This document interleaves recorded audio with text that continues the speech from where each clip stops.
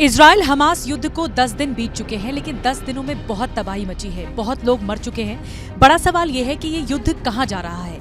क्या ये युद्ध विश्व युद्ध की तरफ आगे बढ़ रहा है? और इस पर बात करने के लिए एक ऐसे शख्स मेरे साथ मौजूद हैं जिन्हें 16 साल का एक्सपीरियंस है, अनुभव है यहाँ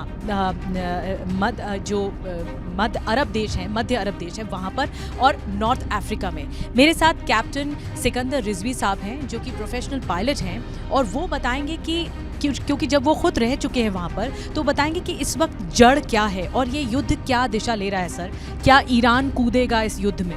देखिए, ईरान ने ही सपोर्ट किया है हमास को और हिजबुल्लाह को। उनको मिलिट्री से, पैसे से, हर तरह सपोर्ट किया हुआ है। अभी जैसे कि खबरें आ रही हैं, सीरिया के अंदर से हो सकता है कि एक नया फ्रंट खुल जाए और सीरिया अभी हिजबुल्लाह पर अटैक कर दिया गया। हिजबुल्लाह ने फायरिंग करी तो उन्होंने अटैक कर दिया। तो अभी ये कहा जा रहा है सीरिया से भी हो सकता है कि उनका फ्रंट खुल जाए, तो सीरिया से ईरान आ सकता है, क्योंकि ईरान के जी ये पॉइंटर के सारे अगर आप बताएंगे कि ये सीरिया फ्रंट है और लेबनान तो देखिए कूद ही गया। देखिए, सीरिया फ्रंट के अंदर जब बगदादी का टाइम चल रहा था आईसिस का, तो वहाँ पे ईरानी सोल्जर्स उतरे थे, उनकी कमांडर्स वहाँ पे उतरे थे, बाकायदा रेजिमेंट थी। अभी वो वापस नहीं गए, बहुत सारे वहीं हैं, अभी सीरिया के अंदर हैं, ईरानियन फोर्सेस पड़ी हुई हैं, अंडर कवर भी हैं बहुत सारे।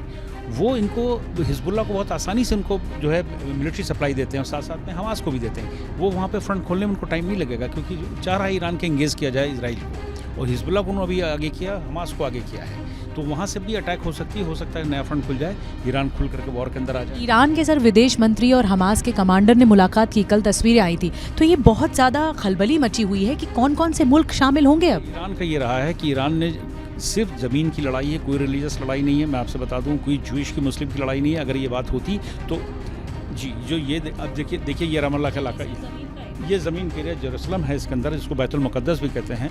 मुस्लिम का भी होली प्लेस है ये, और क्रिश्चियंस का भी है और यहूदियों को भी है।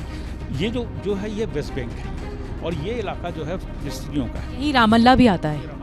देखिए, वहाँ से महमूद जो साहब हैं, वहाँ के हेड हैं इस टाइम पर, महमूद अब्बास साहब का बयान आ गया है कि भाई हमास ने हमारे कॉज को डैमेज किया, नुकसान पहुँचाया है, हम उनके साथ नहीं, हमास के साथ है। क्योंकि हमास बहुत क्रूल और ब्रूटल है। इसने जिस ढंग से हमले करने शुरू करे हैं, जबकि भी 30,000 लोगों को नौकरी दी थी नेतन्याहू ने, इनको 30,000 लोगों को नौकरी दी फिलिस्तीनियों को भी पिछले 2 महीने पहले। ये नौकरी करने के लिए आते हैं, इसराइल के अंदर आते हैं। आप वहाँ पर रहे हैं, इतने साल रहे हैं, 1 दशक से ज़्यादा रहे हैं, अभी आपको क्या लग रहा है, व्हाट नेक्स्ट इन वॉर, क्या होगा अब?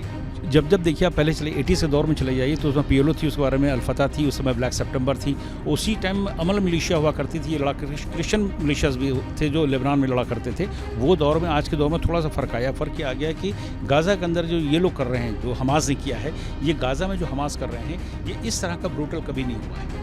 वो अटैक करते थे, छोटे मोटे अटैक होते थे, प्लेन की हाईजैक हुई, उन लोगों ने शुरुआत करी, सबसे पहले अल-फतह ने शुरू करी, वो भी ये लोग थे, फ़िलिस्तीनी थे।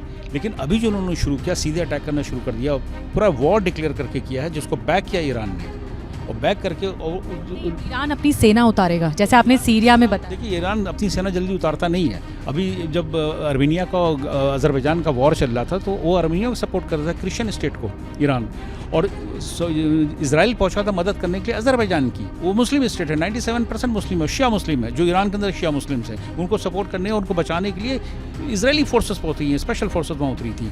तो ये तो सीधा जो वॉर है, ये पॉलिटिकल वॉर है, ये लैंड के लिए वॉर है, और सबसे बड़ी दुश्मनी ईरान की जो है वो इजराइल से है। वो बहाना हमास मिल सकता है, और हो सकता है कि आपको ये हिजबुल्लाह हो। एक आखिरी सवाल इस पर, ये अभी जो लड़ाई है, 5 लाख लोग अब तक पलायन कर चुके हैं। मैं चाहूँगी अगर ये वाला जो विस्तार की पट्टी है, हम इधर दिखाने की कोशिश करते हैं, थोड़ा दर्शकों को समझ में आएगा, क्योंकि यहाँ से नॉर्थ गाज़ा से राफा की तरफ लोग जा रहे हैं, और IDF कह चुकी है 5 लाख हो चुके हैं, 23 लाख की आबादी पूरे गाज़ा में थी।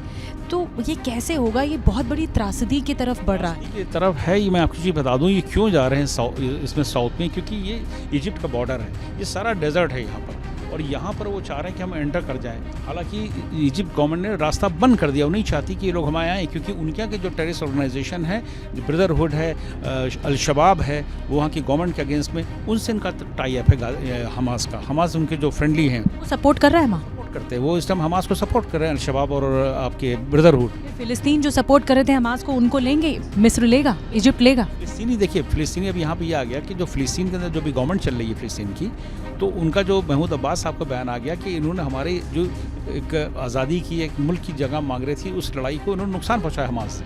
और हमास ने जो ज़्यादतियाँ करी, ये गलत किया है, हमको बदनाम किया है, तो अब यहाँ पे फ़िलिस्तीनी वर्ड नहीं इस्तेमाल कर सकते। यहाँ पे हमास के ही है, वो भी गाज़ा पट्टी के।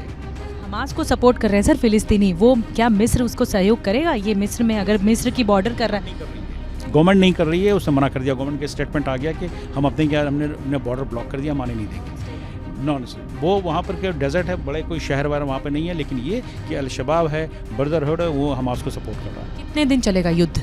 युद्ध तो थोड़ा थोड़ा चलता रहेगा, लेकिन हो सकता है कि अगर ईरान की फोर्सेज अगर सीरिया उतर जाती हैं तो वॉर बढ़ जाएगा। ये सब फिर विश्व युद्ध की आशंका है। विश्व युद्ध तो कई बार ऐसे होने की नौबत आई है, तो 80s में भी आई, 90s में विश्व युद्ध बिल्कुल नहीं होगा, लेकिन इस एरिया के अंदर डिस्टर्बेंस बहुत ज़्यादा होंगी, सालों साल चलेगी। मुल्कों के बीच में लड़ाई होगी, जो उनका अस्तित्व है उनके बीच में लड़ाई।